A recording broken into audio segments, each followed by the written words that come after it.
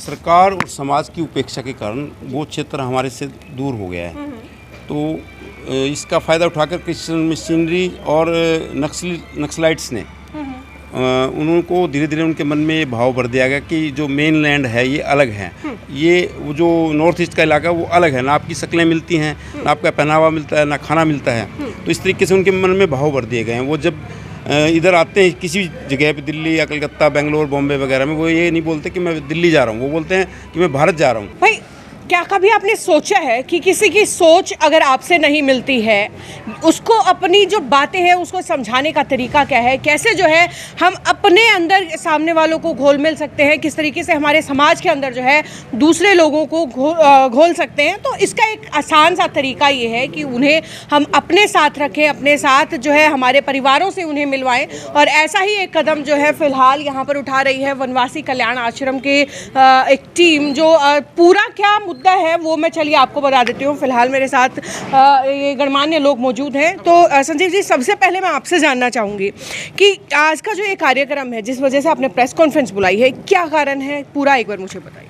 हमारे यहाँ पर जो हमारी बहनें रुद्रपुर छात्रावास में पढ़ती हैं नॉर्थ ईस्ट की, उनका हरियाणा भ्रमण पे आ रही हैं। वो कल फरीदाबाद में हमारे नए छात्रावास का भूमि पूजन था, तो वो कल वहाँ पर थी। आज वो 4 बजे यहाँ हिसार में पहुँचेंगी। उनका हम तिरुपति धाम में स्वागत करेंगे। ठीक है। तो वहाँ रात को अग्रवा मंदिर जाके अगर विभूति में उनको रात को वहाँ रहने का है। कल सुबह वो आकर यहाँ पर हमारे चौधरी चरण सिंह विश्वविद्यालय में उनका भ्रमण है, क्योंकि वो खेती को भी पसंद करते हैं। तो हमारे वीसी कल हमारे अतिथि भी हैं, उनके अध्यक्षता वो हमारे काम की वही कर रहे हैं। तो उसके बाद 12 बजे वो सबके हमारे जितने भी कार्यकर्ता हैं घरों में जाएंगे। उनको लेके तो हमारे साथ रहेंगी वो। और शाम को 4 बजे के बाद जो हमारा कार्यक्रम है वहाँ पर हम उनको लेके जाएंगे। वो अपने वहाँ की जो संस्कृति है हमारे नॉर्थ ईस्ट की, उसकी प्रस्तुति करेंगे, जिससे कि हमारा आपस में नॉर्थ का और नॉर्थ ईस्ट का मिलाप, एक दूसरे को पता चले कि हम कैसे हैं। हम वनवासी ग्रामवासी सब एक ही हैं। हमारा जो नारा है वनवासी कल्याण आश्रम का, वनवासी शहरवासी सबका एक रक्त तू मैं एक रक्त। उसके लिए, उनके उत्थान के लिए, उनकी शिक्षा के लिए जो हमारा संगठन काम कर रहा है, उसको हम बताना भी चाहते हैं अपने समाज को, क्योंकि सब समाज के सहयोग से ही हो रहा है। हम समाज से ही उसके लिए पैसा लेते हैं। एक छात्रावास एक छात्र पालक 15,000 रुपये लेते हैं हम साल का। ये समाज से ही मिलता है। जो छात्रावास बनता है वो भी समाज के पैसे से ही बनता है। और समाज से लेके समाज लगाना, समाज में ही लगाना, ये हमारे संगठन का मुख्य उद्देश्य है। जी सर, जैसा कि अभी थोड़ी देर पहले आप बता भी रहे थे कि कुछ छात्राओं को जो है यहाँ पर बुलाया जाएगा, उन्हें जो है आप लोगों के परिवारों के साथ रखा जाएगा, जिससे वो हमारे यहाँ की संस्कृति को समझ सके और हमसे अपने आप को अलग ना समझे। हमारे ही देश का हिस्सा है, फिर भी अलग कैसे समझते हैं? कैसे जो है वहाँ अलगाववाद की इतनी स्थिति है? सरकार और समाज की उपेक्षा के कारण वो क्षेत्र हमारे से दूर हो गया है। तो इसका फ़ायदा उठाकर क्रिश्चियन मिशनरी और नक्सलाइट्स ने उनको धीरे धीरे उनके मन में ये भाव भर दिया गया कि जो मेन लैंड है ये अलग है, ये वो जो नॉर्थ ईस्ट का इलाका वो अलग है, ना आपकी शक्लें मिलती हैं, ना आपका पहनावा मिलता है, ना खाना मिलता है। तो इस तरीके से उनके मन में भाव भर दिए गए हैं। वो जब इधर आते हैं किसी जगह पे, दिल्ली या कलकत्ता, बेंगलोर, बॉम्बे वगैरह में, वो ये नहीं बोलते कि मैं दिल्ली जा रहा हूँ, वो बोलते हैं कि मैं भारत जा रहा हूँ। इस तरह का भाव उनके मन में भर दिया गया और उनको धीरे धीरे धर्मांतरण करके उनका क्रिश्चियन बना दिया गया है। तो वहाँ पे एक इनर लाइन परमिट लगता है 4 राज्यों में, आपका अरुणाचल प्रदेश, मणिपुर, नागालैंड और मिजोरम में, जिससे आपको जैसे विदेश में जाते हैं आपको एक वीज़ा लेना पड़ता है ना, इसी तरीके से एक इनर लाइन परमिट होता है। तो ये सारा कुचक्कर जो था अंग्रेज़ों का था, उस ज़माने से आज तक वो कानून लागू है। तो इसलिए धीरे धीरे वो इलाका हमसे कटता चला गया और वो लोग भी हमसे कटते चले गए, जबकि हमारा उनका बेटी और रोटी का रिश्ता है। मैंने जैसे पहले भी प्रेस वार्ता में बताया था कि महाराजा अग्रसेन की शादी नागालैंड में हुई थी।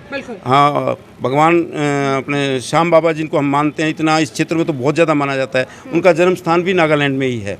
और माँ रुक्मणी को भी भगवान कृष्ण जी अरुणाचल प्रदेश से ही लेके आए थे। तो हमारा उनसे बेटी और रोटी का रिश्ता है, पर हम लोगों ने भुला दिया उस चीज़ को। तो उस चीज़ को बताने के लिए हम समाज में जा रहे हैं और समाज के सहयोग से, बिना सरकारी सहयोग लिए इस काम को हम लोग कर रहे हैं। जी, तो सर कल के जो कार्यक्रम है किस प्रकार से रहने वाले हैं, क्या कुछ खास जो है कल देखने को मिल सकता है? कल बहुत ही भव्य कार्यक्रम होने वाला है। परिवार मिलन एवं सांस्कृतिक कार्यक्रम का आयोजन किया जा रहा है शाम को 6:30 बजे शीश महल में। जो बहनें हमारी रुद्रपुर छात्रावास से पहुंचने वाली हैं वो वहीं की नॉर्थ ईस्ट के ही सारे सांस्कृतिक कार्यक्रम पेश करने वाली हैं। जैसे असम का बिहू नृत्य यहाँ पर बहुत कम आयोजन होता है। यहाँ लोग जानते तो हैं बिहू के बारे में, कैसे होता है वो किसी को नहीं पता है। और पसंद सब लोग करते हैं क्योंकि वहाँ का जो म्यूज़िक है वो बहुत अलग अलग किस्म की है और वो जैसे ही बजती है लोगों को नाचने पर विवश कर देती है। वहाँ का महिषासुर मर्दिनी नृत्य और बहुत सारे हमारे देशभक्ति से रिलेटेड वहीं के सांस्कृतिक रूप में वहाँ पर आयोजन किया जा रहा है। तो ये सारी बहनें नॉर्थ ईस्ट की ही हैं और नॉर्थ ईस्ट के ही सारे प्रस्तुति वहाँ पर होने वाली है। कहाँ पर जो है ये कार्यक्रम किया जाने वाला है और कौन कौन जो है इस कार्यक्रम में शामिल हो सकता है? ये कार्यक्रम हिसार नगर और आसपास जहाँ से भी जो भी जुड़ना चाहते हैं वो आ सकते हैं। एंट्री के ऊपर कोई पास की वो नहीं है, बाध्यता नहीं है। जो आएगा वो सारे ही इसमें सम्मिलित हो सकते हैं। ये कार्यक्रम शीश महल में शाम को 6:30 बजे आयोजित किया जा रहा है। बहुत बहुत धन्यवाद सर आप सभी का मेरे साथ जुड़ने के लिए। जी तो भाई ये थी आज की एक खबर जहाँ पर जो है नॉर्थ ईस्ट से कुछ लड़कियों को, कुछ बहनों को जो है यहाँ हमारे इलाके में बुलाया जा रहा है। उन्हें हमारे परिवारों के साथ रखा जाएगा, परिवार मिलन समारोह जो है किया जाएगा। और उसके साथ साथ इसके पीछे का मुख्य मुद्दा जिस तरीके से आपको बताया है कि वहाँ के लोग जैसे हमसे खुद को अलग समझते हैं, उन्हें बताने का है, उन्हें ये समझाने का है कि वो हमसे अलग नहीं हैं, वो भी हिंदुस्तान के हैं, हम भी हिंदुस्तान के हैं और हम दोनों ही एक ही पिता के दो बेटे कहिए या एक ही घर की अलग अलग संतानें कहिए, कुछ ऐसा हमारे साथ है और हम फिर भी एक हैं। तो ऐसा ही इस कार्यक्रम के पीछे का मकसद है। तो अगर आप भी शामिल होना चाहते हैं तो आप भी इस कार्यक्रम में शामिल हो सकते हैं। तब तक के लिए देखते रहिए सिटी बिग न्यूज़। नमस्कार।